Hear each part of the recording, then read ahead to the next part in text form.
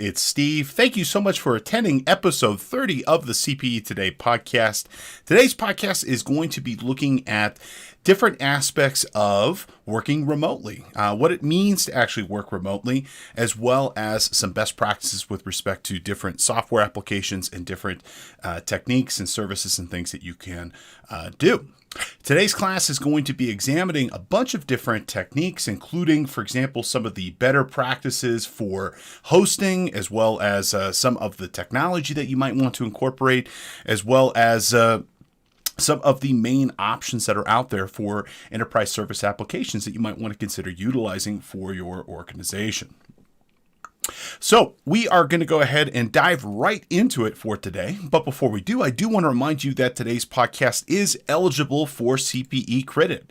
If you are a financial professional, and I hope you are, you can earn credits for watching or listening to today's podcast. It's super simple. After watching or listening, head on over to cpetoday.com and use course code WEA1. You'll take a short 5-question quiz and you will earn a credit for today's class. It's super simple, efficient, fast, and easy, and it's a great way of getting credits for something that you're probably already doing. So after watching or listening today, head on over to cpetoday.com and use course code WEA1. So today's class is all about working anywhere and what is the tools, technologies, services, platforms, and apps that can really kind of help facilitate this. Let's start first with just kind of talking objectively about some of the things that you might want to consider and why working remotely might be really efficient and effective for your organization. The fact is today we live in this global economy.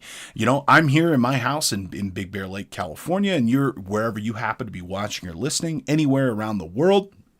We can work and be connected like we're sitting side by side with each other. Your company could be located in Los Angeles. You could have staff in India, China, anywhere throughout Europe, spread across the world. And your customers could be located pretty much anywhere. As long as we have some sort of common access, thankfully provided through the internet, it's pretty efficient and fast to be able to do. And it's common, for example, in today's environment in 2021 to do business with clients, customers, and vendors really kind of all over the world. And we really need to be thinking globally in order to remain competitive. It's very easy, for example, for somebody to move in on your organization that's located around the world that can be competitive to what you are doing. As such, you know, it's easy to have customers anywhere in the world. I could tell you in our business, for example, Devmatics, our main company here, we recently signed two new clients, one based in Europe and one based in South Africa that found us through our website and connected and talked. And we've started this relationship and I'm pretty optimistic about it, you know, and it's incredible to think that we're able to do this, you know, without actually having to get in a plane and travel. And so working anywhere, in my opinion, is a competitive advantage in 2021 because it gives us the ability not only to work anywhere, but also have anywhere in the world work with us. We're going to be talking about the virtual office. It's the technology, the software, the tools that allow us to be connected to our organization by giving us the ability to be able to operate. Anywhere that we have internet access, we're able to work and conduct business. Now, what is the virtual office? The virtual office is a combination of a bunch of different things. Off-site live communication and services that allow us to be able to work without actually having to be in the same physical place. It allows, for example, our organizations to gain all these incredible benefits like cost reduction, better access to services and technology, the ability to be able to work and conduct business anywhere in the world, while all at the same time maintaining this business professionalism. What's incredible about, you know, the virtual office is that for the most part, we can look and feel like a big Fortune 500 company with working from home or working from a Starbucks. It doesn't really kind of take much, you know, and with just a good camera, a good computer, a good headset, you know, so that you can hear and talk with people. And honestly, just selling yourself and having a good presentation can take you so far with respect to being able to operate anywhere. Now, in my definition, a virtual office is really freedom. It gives me the ability to be able to work beyond the traditional limitations of that single physical office. Personally, I've never been a big fan of getting up and commuting to work in the morning. I've thankfully only had to do it for a little period of time in my life. I like working from home, and I like working from the road. I like traveling, and I like being able to have my personal life and my professional life meet each other. And so, in my opinion, I would say that this virtual office is really freedom. It's the ability to really kind of be able to live your life without really kind of having the traditional limitations of a physical 8 to 5, 9 to 5 office and having to physically be in that one single place. And it gives the user the freedom to be able to make the world their workplace. My family, we've got a big old RV, and for the last several years, for weeks at a time, we'll pack up and we will go and travel. We've experienced most of the Western United States at this point, and we've been able to do this and be able to continue to operate our business, work with our staff, and work with our clients because of the technology and because of the hardware and software that we've put in place that allows us to be able to do this. With better access to internet coming in the coming years, I expect to be able to do more of this. And I think it's kind of crazy to think about all the folks that are essentially handcuffed to their desk because that's where they believe work needs to be conducted. I personally believe whether you're in an RV, in a tent, in a Starbucks, or in your home, the quality of work doesn't really matter. You can really kind of do anything that you would like. And as I like to say, it empowers users to be able to adapt their work life to meet their personal life. In our family, personal life takes precedent. We're able to travel, we're able to experience things, have amazing adventures without knowing like, oh man, I got to get back to the office on Monday. No, as long as there's internet access, we can continue to operate. Let's talk through some of the benefits of working from home and then some of the things that we might want to think about that are benefits of having a physical nexus of business and a physical place to work. The first thing I want to draw your attention to is cost savings. From an organizational perspective, you can save a tremendous amount of money by shifting your folks to work from home. On average, telecommuting, where you allow your staff to predominantly work from home as their base of operations, can lower real estate and operational costs by $11,000 per employee per year. So this is a continual cost saving. It's a permanent reduction in costs when you have your staff work from home. And the reason being is, if you think about, for example, what it takes to actually be able to operate somewhere, you think about the rent or the mortgage for the office building. You think about the expenses with respect to the shared office equipment. You think about, the environmental cost of, having to, cause pollution through driving to work every single day, and the gas cost that goes into it. There are costs that are shared both by the employee as well as the employer. If the employee essentially always works from home, those costs are essentially eliminated, which is incredible. Now, I understand certain occupations don't lend themselves to working remote. I don't think airline pilots, for example, are going to be telecommuting anytime soon, nor do I think bus drivers. But for knowledge workers like accountants, lawyers, financial professionals, software developers, where essentially your office is primarily focused on a screen of some sort, there's no reason why you couldn't predominantly work from home. I could tell you the commute's great. You just walk up, make a cup of coffee in the morning, walk to your desk, and you could start working.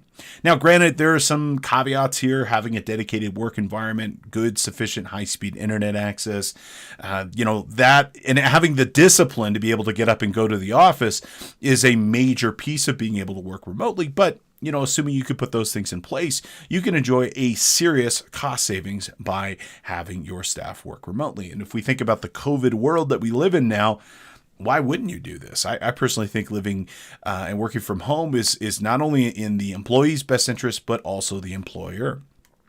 Generally, people who work from home have higher job satisfaction. They usually better retention in the jobs that they are in, better work-life balance.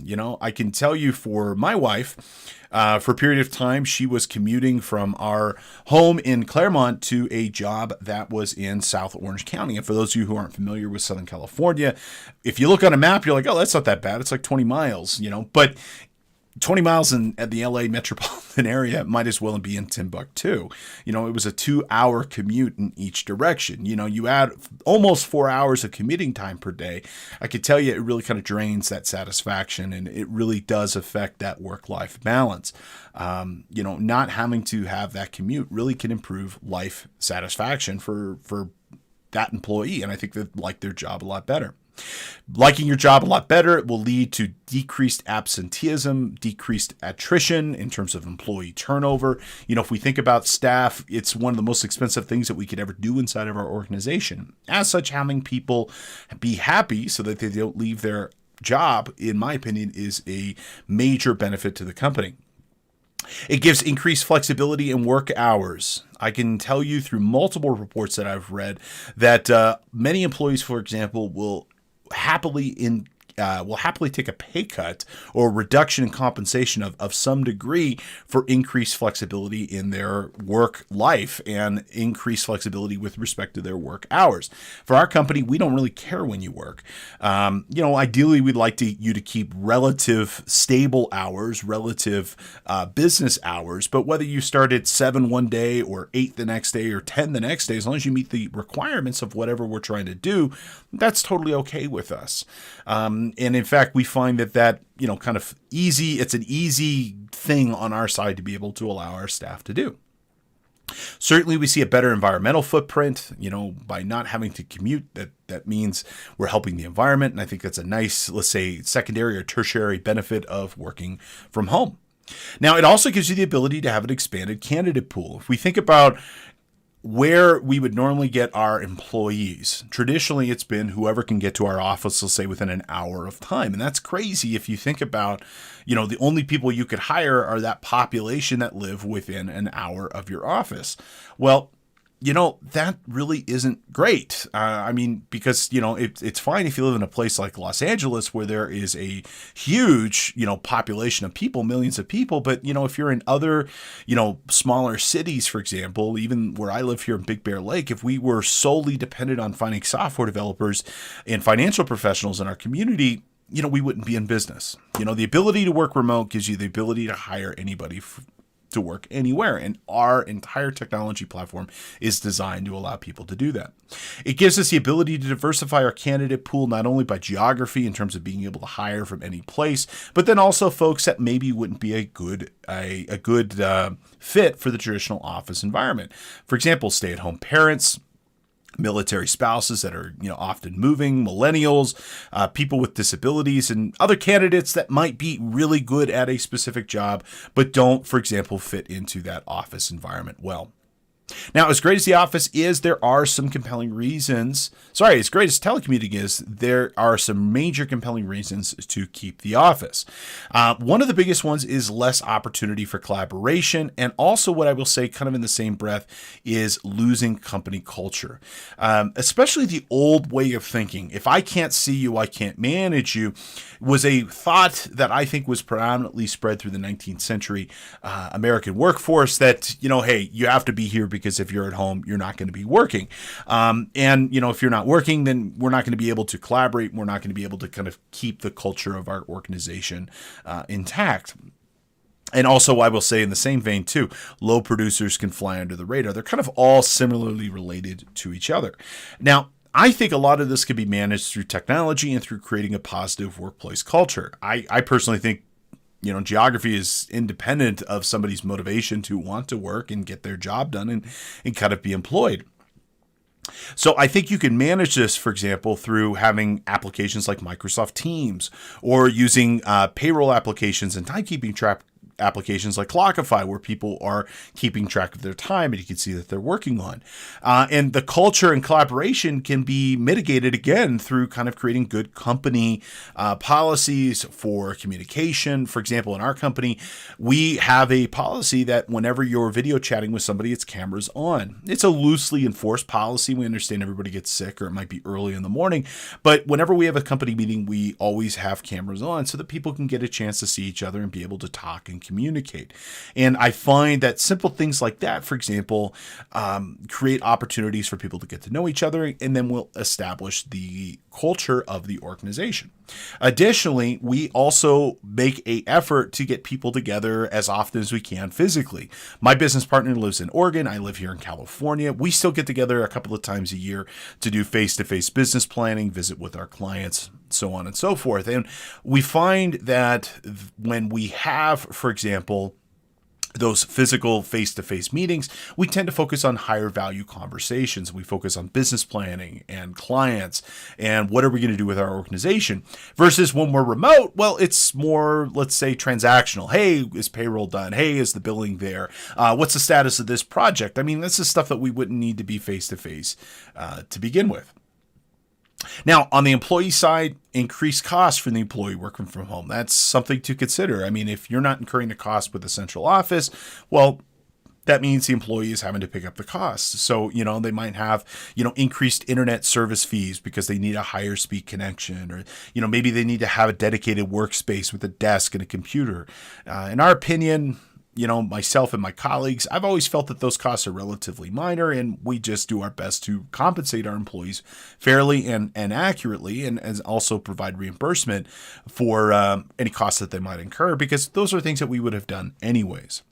Now, there's also this idea of security. If we're working with sensitive information, we need to put in correct policies and procedures with respect to ensuring that our staff meet the compliance requirements of whatever our organization is and whatever our clients expect from us. Now, I do want to draw your attention with respect to security compliance. There's a really good resource I want to make you aware of. So there's a group that I've really grown to love over the years that does incredible cybersecurity training called the SANS Institute. And longtime listeners to the CPE Today podcast know that this is a company that I reference a lot. And they have some incredible resources here to help you train and learn with respect to how to manage security for your organization. They also have some really good free resources for those of you who are maybe just looking to learn a little bit more. If you head on over to sans.org, and then if you scroll down on the page, on the lower right-hand side, right below the top fold here, you'll see free resources. And if you scroll a little bit further down here, you'll see on the right-hand side, there's another one that says security policy templates. And if you check this out, they've got some incredible security policies that you might want to consider putting in place for your organization, including things like acceptable use policy, antivirus guidelines, clean desk, communication, data breaches, so on and so forth. And if you're going to have staff work remotely, it would be a good thing, for example, to have policies in place to keep them on the same page with respect to what the security requirements of the organizations are. And these security policies provided by the SANS Institutes are really kind of choose your own adventure. You can choose the different policies that make sense for you and the ones that you would maybe like to highlight for your organization. One such that I would recommend would be the acceptable use policy. And so if you read through this, you'll see, for example, it has throughout the document company name, client name, so on and so forth, employee name. Well, it's a find and replace. You go ahead and substitute company name for the name of your organization, and this policy is now unique to you. So this acceptable use policy, if you scroll down here, it kind of talks about what this policy is intended to do, to reduce virus attacks, compromising of systems, so on and so forth. And then ultimately, if we come down a little bit further, you'll see for our general use and ownership, it talks through the obligations of this employee, and what they're supposed to be doing, so company name's proprietary information is stored on this computer. It's your responsibility to keep it insured, to only connect through secure protocols for the internet, so on and so forth. But often I feel that companies are missing this information, and because they're missing this information, they're not keeping their employees on the same page. And then you end up having people working in different directions. You have some people doing it this way, some people doing it another way, and you're working against the interests of the organization. Versus if you were to have policies set place, everybody is going to be working from the same page, and you will do a better job of essentially managing the security for that organization because everybody's going to know what's expected of them. So what are the essentials from working from home? Well, over the course of this series of this podcast, we're going to talk through many of these different components, such as what kind of communication services you're going to need, what type of remote access to your files and documents, what type of security recommendations are going to be best for keeping your information private, Today, we're going to talk through applications and cloud services to support your remote work and some different services that you might want to consider for establishing for your staff so that they know essentially how to work. And this answers the question of where do they work? And we'll also talk through many different collaboration tools with working through your colleagues. So tools like Microsoft 365 or Google and others can be absolutely essential for keeping people plugged in and working together. Now, I do have some recommendations with respect to working from home, both in terms of hardware that you might want to consider, as well as some general tips for working from home as well. Now, in terms of hardware, the good news is it really doesn't take a lot. And I would tell you that, if you were trying to outfit a person to work from their home or work from the road, it's a couple $1,000 investment, but it's not dramatic. And reality is you probably already have a lot of this already for your staff. And I can tell you through better access and better planning, for example, choosing the same machines, choosing the same cell phone providers, you can get really good economies of scale when choosing the technology for your organizations. Okay, so some hardware stuff that you might want to consider. First and foremost, I would tell you a dedicated private workspace with comfortable seating. Now, this isn't always possible. I'm fully aware of, for example, the privilege of living in a home, having a dedicated office. Let's say that's the highest level of this. But if not, I would tell you, just having a good kitchen table, with a decent chair can make a big difference. And, if you can't, for example, have quiet space, try to at least have quiet hours with respect to the different times that you'll work. And we'll talk more about that here in a minute with respect to work limits and time limits.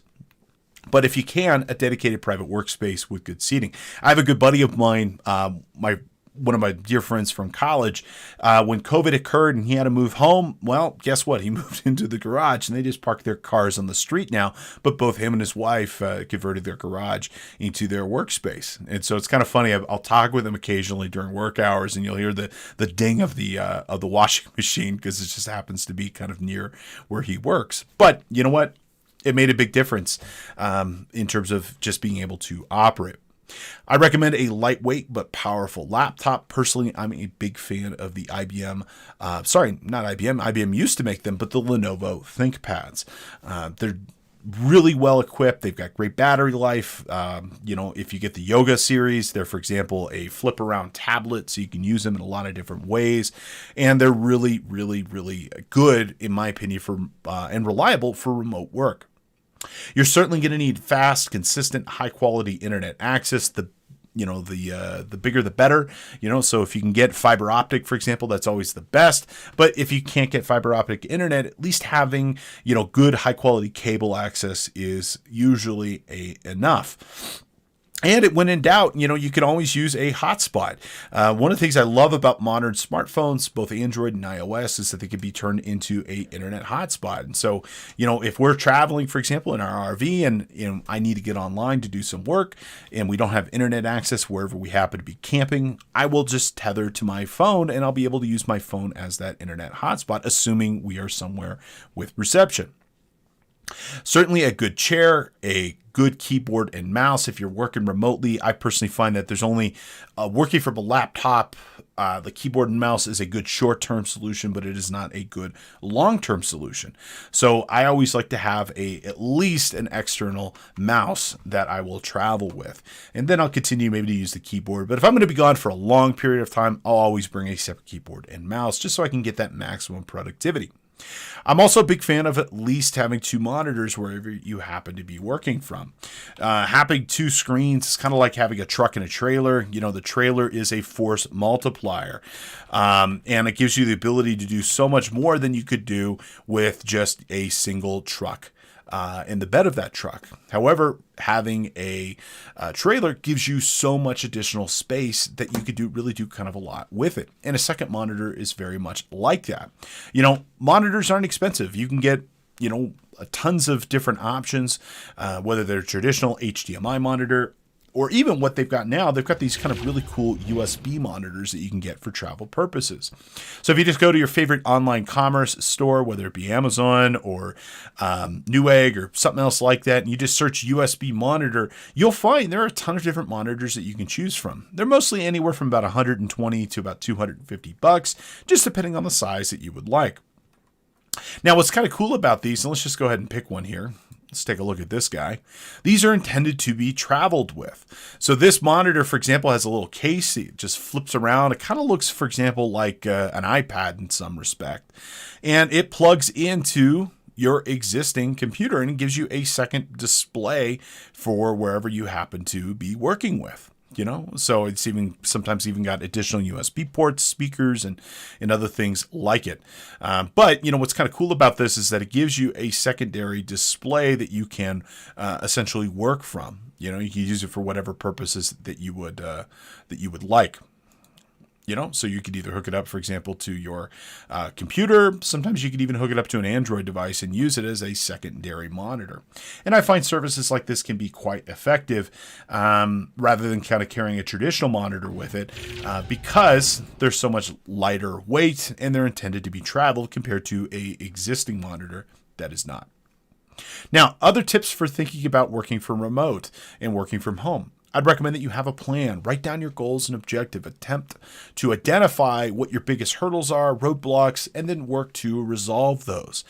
So if it might be a dedicated workspace and you don't have that, well, maybe then you set up work hours. And if it's something like childcare, maybe you find a family member or a colleague or a friend, for example, that can maybe watch your kids so you have some dedicated time to work and focus on making that time you have the most effective you possibly could. Or maybe you're like my buddy and you just open an office in your garage. It's not ideal, but you know what? It's better than not being able to work. Now, this is going to be a good example of do as I say, not as I do.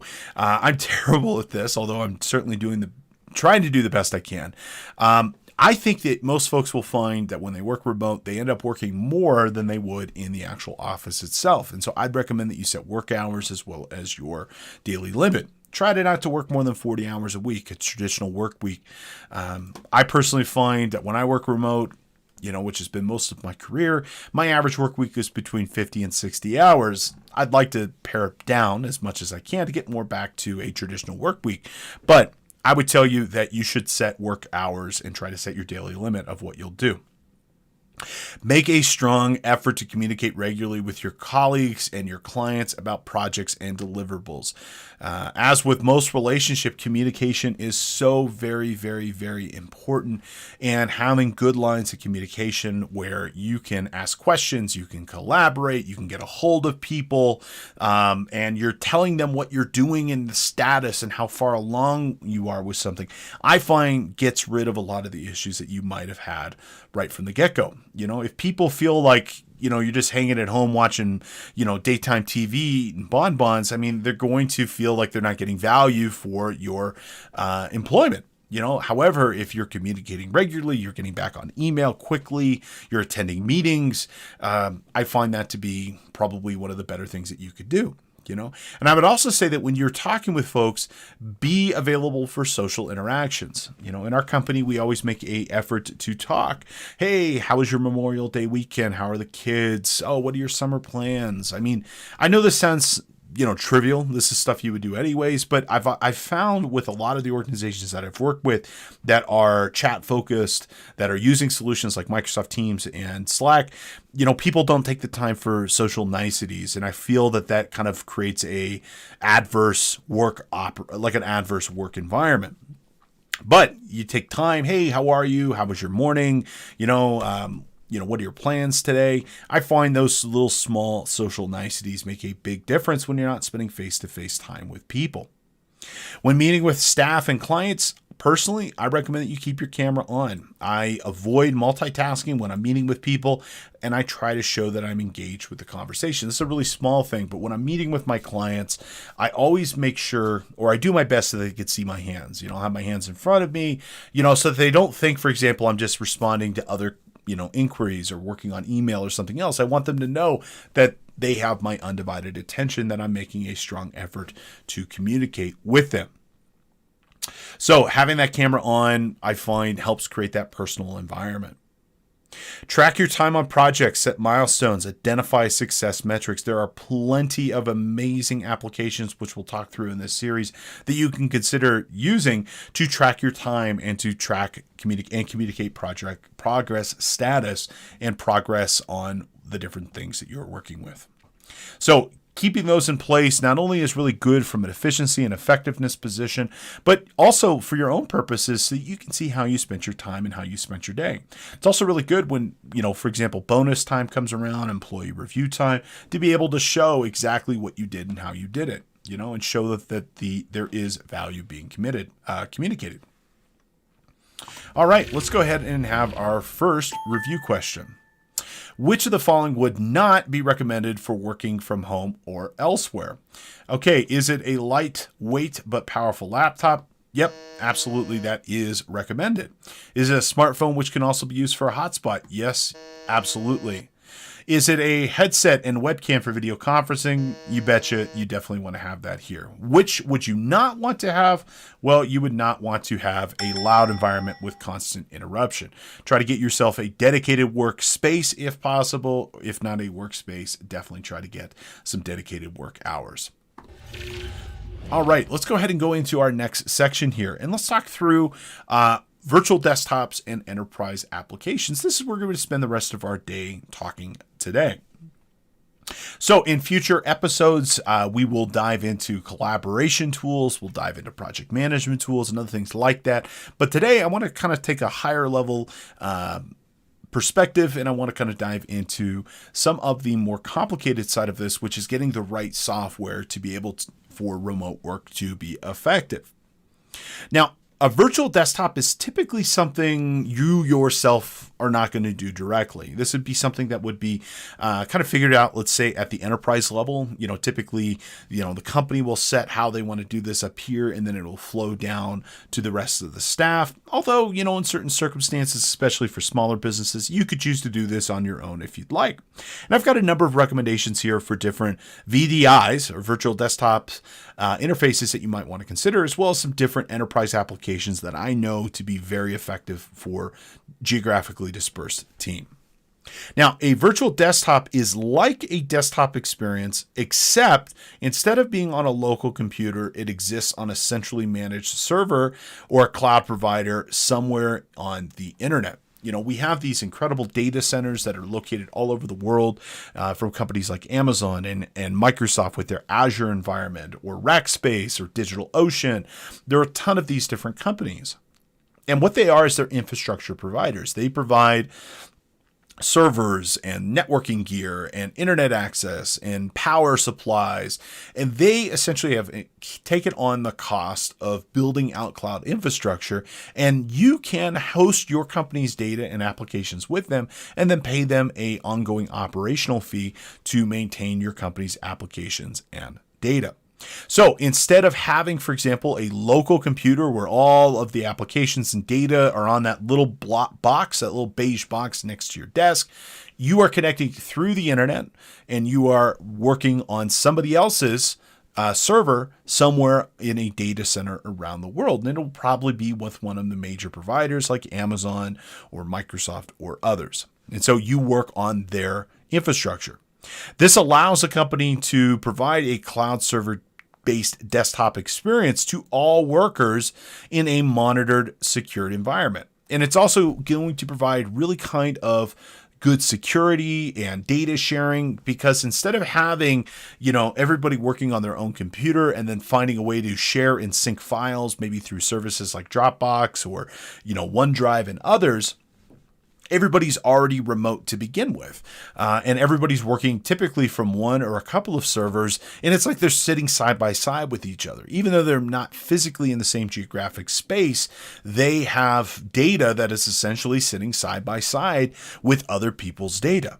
And so when you're working in a virtual desktop environment, everybody is working remote, regardless if they're in the office or if they're in the Starbucks or working at their home, because all work is being conducted on some sort of central server managed by the company.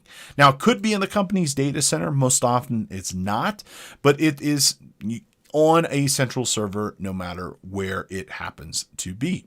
And these central servers are managed on behalf of the employee. And when we are setting this up for a company, we can standardize how authentication works, passwords, how security works. It really kind of gives us much tighter control than if we had 100 computers with 100 employees with 100 people doing it all a little bit differently.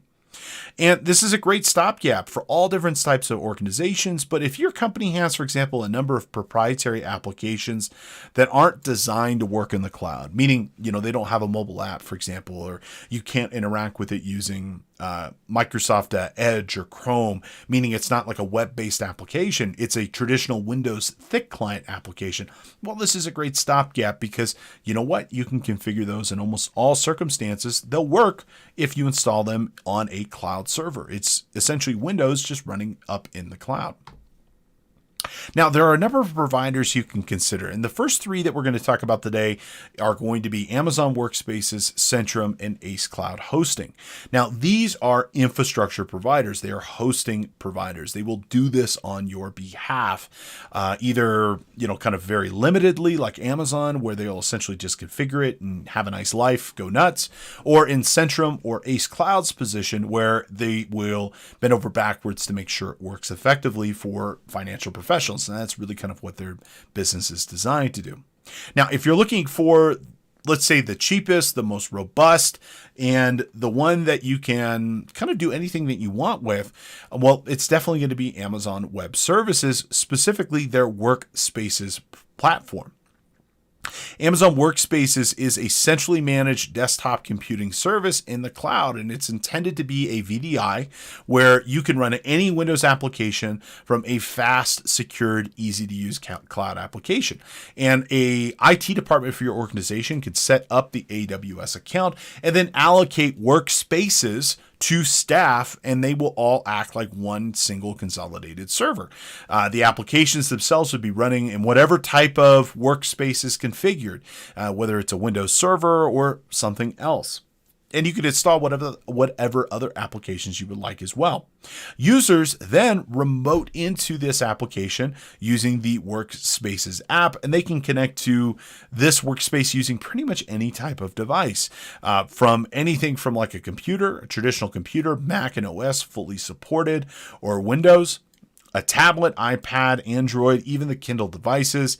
And they even have some small dedicated Zero devices that essentially are 100% cloud connected, and all they do is connect to that cloud desktop. And even though you're connecting over the internet, it looks and feels just like a computer right in front of you. It requires no monthly upfront investment. You can cancel at any time. And the pricing of this is pretty standard, from anywhere from $25 to $75, depending on the type of machine that you are looking to get. And sometimes even, for example, the licensing for that machine will come with it. Now, the biggest drawback to AWS is that it is a professional product. There's not really customer service. If it goes down, 9 times out of 10, it's going to be because of something you did. But there's nobody that you can call to answer questions or work with you, for example, to get it configured to work with your printer. Now, if you are an IT professional, that's fine. You can do all of that work yourself. But if you're a financial professional and IT is just kind of a secondary thought, having a managed service provider like Cetrom or Ace Cloud Hosting is definitely going to be more beneficial to you. The two that I recommend for cloud hosting for financial professionals are going to be Cetrom and Ace Cloud. Now, Cetrom is pretty cost effective. It's definitely secure. They have reliable application hosting for a wide variety of providers, including Thomson Reuters, Intuit, CCH, and others. And it is designed around the needs of accounting firms and financial professionals. So whether you're doing this for your public accounting practice or you're doing this for the accounting team of a industry company, well, guess what? They are designed to fit your needs. They have great support, and they have 365 monitoring of all client applications. You have a problem, pick up the phone, and you'll be able to speak with somebody who can essentially help walk you through it. So they will host your virtual office for you when you work with their onboarding team. You kind of tell them what existing applications you are using. So whether you're using QuickBooks from Intuit, or maybe you're using Practice and UltraTax from Thomson Reuters, the Lacert package, Sage, any of the Microsoft, CCH, other programs, they will install those onto your virtual office and just allow you to be able to operate. And you can mix and match all the different programs that you might want to use. They'll also do other business productivity stuff for you, as well as hosting your email and other data files. And they have experts to assist you with the data migration and configuration. Now, another application company that I would recommend that you consider would be Ace Cloud Hosting. Now, Ace is very similar to Cetrom. They're based in Florida. They cater to the needs of financial professionals and CPA firms. They'll build you whatever virtual office you want with whatever combination of applications you want. They'll configure it and they'll maintain this private cloud for your organization. And they have a really good reputation, not only in the cloud accounting space, but then also other professions and industries as well, including construction, real estate firms, legal practices, and many others. And they will set up this desktop as a service or a DaaS-based environment to help clients achieve their goals for working remotely with really having not to take over any of the overhead with running IT. So out of the three of these, my personal preference, if it was solely me, I would go with the AWS route because I have the knowledge to be able to work with that, and it's definitely the most cost effective. However, for the financial professionals, CPAs, and others who are watching, I would definitely check out Ace Cloud Hosting as well as Cetrom because they have so much robust experience working with people in accounting and finance. All right, let's go ahead and have our next review question here. Which solution would offer the greatest level of customization at the lowest price point? Is it Cetrom? No, it is not. Is it Ace Cloud Hosting? No, it is not. The correct answer here would be Amazon Workspaces. However, the drawback here is, if it's price, quality, and service, AWS is definitely the cheapest and the quality is pretty good. They offer no service. So if you don't have the IT experience to be able to manage this service, it would not be something I would directly recommend for you. But the other two do, and they're just a little bit more expensive. Okay, in our final section for today, let's go ahead and talk through some different business accounting and cloud-based applications that are designed to natively work in the cloud. These are applications, for example, that will do your accounting, that will do different aspects of managing your organization, like your ERP, enterprise resource planning, and more, that are designed for remote workers and working from anywhere. These are traditionally not installable applications, so this is not going to be something that you would install on your computer like you would Office or Photoshop or any traditional thick client, but rather you would interact with these through a web browser or through a mobile app on your smartphone or tablet. Now, in my opinion, when it comes to small business accounting, my personal favorite is QuickBooks Online, QBOA, and that's QuickBooks Online Accountants Edition. So if you are a normal business, you'd probably just go with QBO. If you are an accountant, though, you definitely need to check out the QBOA platform. It's identical to QBO, but it also brings some additional functionality that is great for professional accounting, including things like batch modification of transactions and additional reporting options that are not present in the underlying QuickBooks platform for normal client use. QBO is, again, natively built for the cloud. It shares a name, for example, with the traditional QuickBooks application that you installed on Windows, either the QuickBooks Desktop Premier or QuickBooks Enterprise. However, that is where the similarities end. It is a completely different application. And although it is not as feature rich as this desktop application, in my opinion, it meets all of the requirements for accounting in the sense that it's got a great general ledger, a great AP, AR module, great reporting, and it's an easy to use solution. And it's also built for people who are geographically dispersed. You can have people working in it side by side with each other, and you never have to deal with some of the traditional issues that you would come with working with a desktop file, like file sharing and having people on different devices and licensing. All those headaches go away with working with QBO. It natively supports that multi-user environment, natively supports remote access, natively supports mobile apps on tablets, smartphones, and more. And While it doesn't have the same features as the desktop version, in my opinion, stuff like the online bank feeds where it'll download the transactions directly from your bank or credit card provider make it really efficient and great to use. Now, if you are looking for something with a little bit more horsepower, though, okay, a lot of people just pick QuickBooks because it's the low-hanging fruit and they're familiar, and Intuit has great marketing, and that's one of the things people know about it is the fact that it does accounting. But please do not think that it is your only option. There are a lot of other options for cloud accounting. Now, one of my absolute favorites is a solution called Acumatica. Now, Acumatica is a very robust accounting and ERP platform, enterprise resource planning. It allows you to really kind of customize the solution to fit a wide range of use cases from, manufacturing all the way up to professional service firms and more. It's natively designed for the cloud. However, and amazingly, you can also run it on premise as well. Another really kind of cool thing about this is that it's flat rate priced. Almost every cloud application you look at, they vary the price based off of the number of users. Not Acumatica. Acumatica is a flat rate thing based off of whatever your needs are, and that price doesn't vary depending on the number of people accessing the software. So in a lot of ways, it could be a heck of a lot more cost effective than what you would get with other solutions out there. It has great inventory management. I can tell you QuickBooks Online really isn't designed for complexity in inventory or point of sale for those matter, or payroll for that matter as well. But inventory is notoriously bad in QuickBooks. Acumatica, on the other hand, it's really robust and you can do a lot of stuff, and you can calculate inventory a number of ways and track a lot of different types of inventory, even inventory in different locations. It's a great productivity package. It allows you to be working with a wide variety of different tools inside of it to produce a wide range of different really helpful, actionable, insightable information. It's, again, natively designed to work anywhere, anytime. It's built for change. You can start using the application, and as you grow to really kind of excel with this, the software will adjust dynamically as well.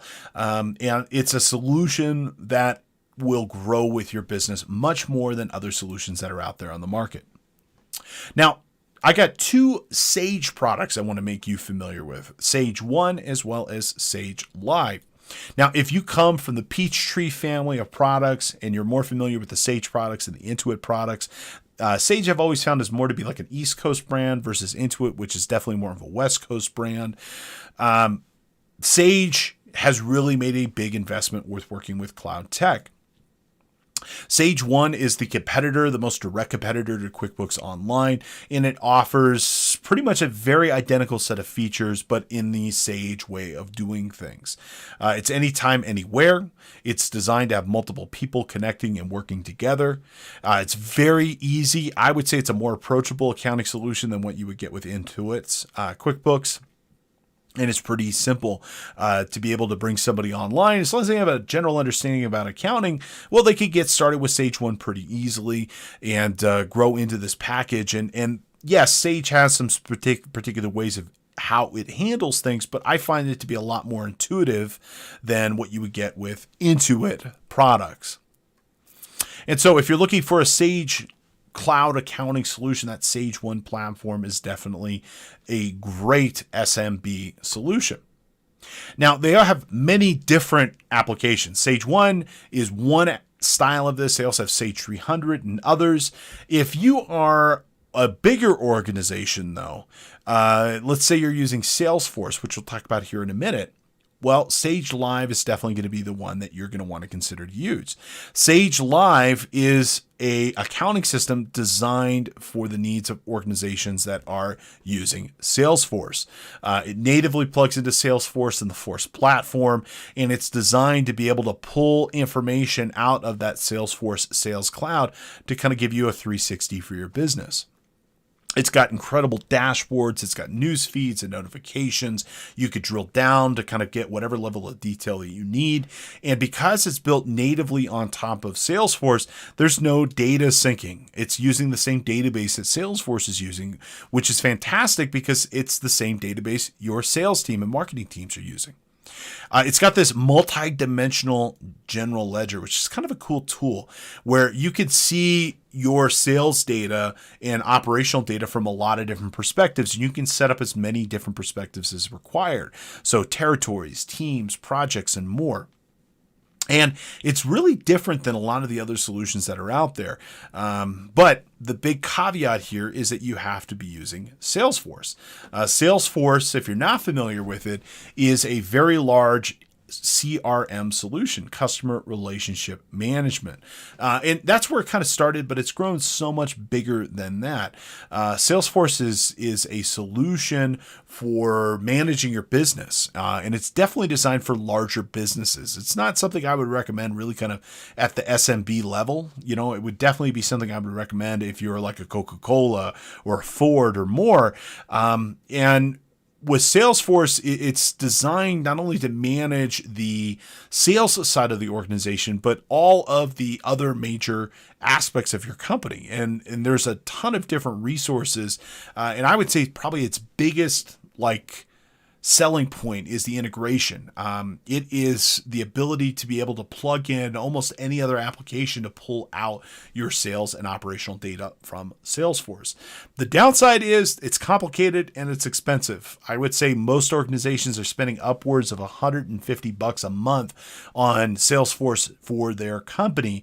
And again, if you're that smaller SMB level, that's not really a good price point for a lot of different organizations, mine included. It's, in my opinion, way too expensive for what we would do. But one of the really cool things about it is the fact that you can plug it into so many other types of things. And it's got services, for example, for managing employees and training and analytics and commerce and others. And it really does work, but I find that you need to be a larger organization to be able to work effectively. Now, if you are a smaller organization, maybe you're an entrepreneur, maybe you're just getting started, and you just need something that's just bonehead simple, something that's not going to be complicated with respect to managing your accounting, but is remote and simple. Well, I personally recommend you take a look at Freshbooks. It is a brand new accounting solution. When I say brand new, I'm really kind of saying this doesn't have its roots in other products. Like QuickBooks Online definitely has its roots in Intuit and how Intuit has always approached accounting, or Sage Live and Sage One in the Sage way of doing business. Well, FreshBooks is a third party in this particular instance. And they really kind of designed it around the needs of small businesses, micro businesses, Schedule C taxpayers, entrepreneurs, and startup. And it's geared towards service-oriented organizations. Now, when it got started, FreshBooks was really only looking at the AR side of business. So invoicing, collections, things of this nature. However, it has transitioned, and over the last 2 or 3 years has grown into a full-blown company management accounting solution. So it will absolutely handle your invoicing, but now it can also do, for example, your AP as well and manage your bills. It's a good solution for managing employee expenses and others. Comparable solutions would be, again, QuickBooks Online and Xero on the cloud accounting side. It also has a number of really great functions for tracking employee expenses. And so a comparable solution for the expense tracking side of this would be that Expensify solution. But if you're just getting started, you need something essentially to manage your employee expenses, but you also want to do your invoicing and manage a couple of bills, and you're not an accountant. Well, FreshBooks, I think, would be much more approachable than any of the other solutions mentioned here. Now, one last solution I do want to point out that's a really good solution for medium-sized organizations. So QuickBooks and FreshBooks are really kind of at that small level business. Salesforce is for the high-end business. What about something in between? My personal recommendation and go-to is Dynamics 365. Now, this is a Microsoft product. And why I like this is that it is very flexible. It has a ton of different apps. There are apps, for example, for managing your sales. operations, finances, field service, marketing, and others. It's got good inventory, tracking, and compliance with that. And you could buy either just a app or you can license them all as part of the 365 package. But one of the things I really like about this is the fact that it integrates really well with everything else Microsoft does. In our organization, for example, we are a Microsoft shop. We are avid users of Office 365 and now Dynamics 365. And I think this is a great solution for when QuickBooks isn't enough, but a full-blown ERP solution like Salesforce is too much and too expensive. I find that Dynamics 365 sits in that middle market very well, and it's a good mix and match of features, functionality, and at a more compelling price point. Well, folks, that does bring us to the end of our podcast for today. Let's go ahead and have our final review question. Which solution or platform does not natively support any accounting functionality? Okay, so what core platform does not support any native functionality? Is it QuickBooks Online? Absolutely not. QuickBooks Online is of itself an accounting platform, as is Acumatica, as is Dynamics 365 in their financial package. The correct answer here is Salesforce. Salesforce is a customer relationship management platform, a CRM platform, and its benefit comes from the fact that it integrates and has a ton of tools that will talk to it. And the example that we talked about that if would plug into Salesforce was Sage Live. So Sage Live only exists inside the Salesforce environment, and it is a tool that you can use in addition to Salesforce because Salesforce itself does not provide any of that cloud-based accounting. Okay, so what did we discuss today? Well, we went through in the first part the principles of being able to work anywhere, including different software and hardware that you might want to consider. Get yourself a good laptop, get yourself a dedicated, quiet workspace, or at least work hours if possible. Get yourself good internet access. And then we also took a deep look into virtual desktop solutions and enterprise cloud-based resources such as QuickBooks Online, Acumatica, Dynamics 365, and others. These are applications that are designed to facilitate that remote work because they themselves are cloud-based, and if the application you're working with is cloud-based, where you are really doesn't matter. Now, future episodes of this series, we're going to explore collaboration tools. We're going to explore project management tools. We're going to explore business productivity tools, communication tools for your organization, and more. Really, everything that is designed to make your staff be geographically dispersed and at least give you the ability to be able to work anywhere. Now, I do want to remind you, if you are a financial professional, and I hope you are, you can earn credits for watching or listening to today's podcast. It's super, super simple. After watching or listening, head on over to cpetoday.com. And today, please use course code WEA1. Again, that is cpetoday.com. Use course code WEA1. You'll take a short 5-question quiz, and then you will earn a certificate for watching or listening to today's class, and it is a simple way of staying on top of your credits and a great way to maintaining your licensing. If you like today's content, please consider liking and subscribing to us. You can find us on all social media as CPE Today or CPEtoday.com. You can find us on YouTube, Facebook, Instagram, Twitter, and others. We would absolutely love if you consider leaving us a review or some feedback on our content. We broadcast live twice a week, most weeks, Tuesdays and Fridays at 11 Pacific. But as a reminder, you can always listen to us on your own schedule. You can listen after the fact on Apple Podcasts, Spotify, Google Podcasts, SoundCloud, and others.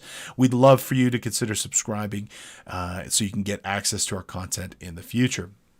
As always, it is my pleasure being with you. Thank you so much for listening and watching, and I'll see you back in the office real soon. Take care.